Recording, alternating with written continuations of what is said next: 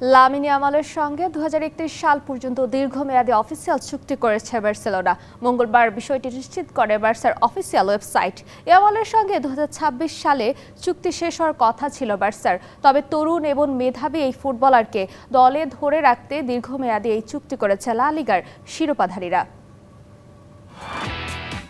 বয়সটা মাত্র 17, তবে এখনই ফুটবল পায়ে জাদু ছড়াচ্ছেন বার্সেলোনার তরুণ ফুটবলার লামিন ইয়ামাল। 2023 সালে মাত্র 15 বছর বয়সেই বার্সার সিনিয়র দলে অভিষেক হয় ইয়ামালের। এরপর একের পর এক ম্যাচে নিজেকে প্রমাণ করেছেন এই তরুণ ফুটবলার। এই মৌসুমে 55 ম্যাচে ইয়ামাল 18 গোল করেছেন এবং সতীর্থদের দিয়ে করিয়েছেন 25টি গোল। এছাড়াও ইন্টার মিলানের বিপক্ষে চ্যাম্পিয়ন্স লিগের সেমিফাইনাল এবং রিয়াল মাদ্রিদের বিপক্ষে লা লিগার শিরোপা নির্ধারণী এল ক্লাসিকোতে তার পারফরম্যান্সে মুগ্ধ ছিল বার্সার সমর্থকেরা।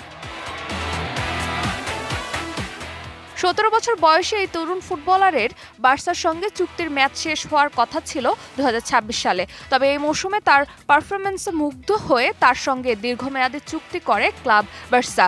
অবশেষে বার্সার অফিসিয়াল পেজে ইয়ামালের সঙ্গে নতুন চুক্তির বিষয়টি নিশ্চিত করেছে বার্সেলোনা কর্তৃপক্ষ। শাইনি চুলে এখন হবে সব হেয়ারস্টাইল। সিল্কোর দ্বিগুণ শাইনি চুল প্রতিদিন।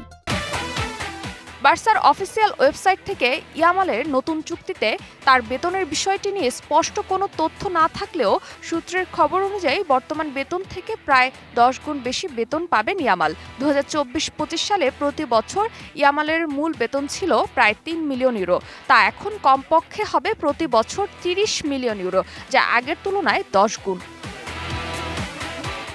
2023 সালে চুক্তি সই করার সময় ইয়ামালের বয়স ছিল 18-র কম, যে কারণে ওই সময় স্পেনের আইন অনুযায়ী সর্বোচ্চ 3 বছরের চুক্তি করতে পেরেছিলেন তিনি। তবে নতুন চুক্তি অনুযায়ী 2031 সালের জুন পর্যন্ত বার্সেলোনায় থাকবেন ইয়ামাল। তখন তার বয়স হবে 23 বছর। ফারজানা জাহান প্রিয়া, ডিবিসি নিউজ।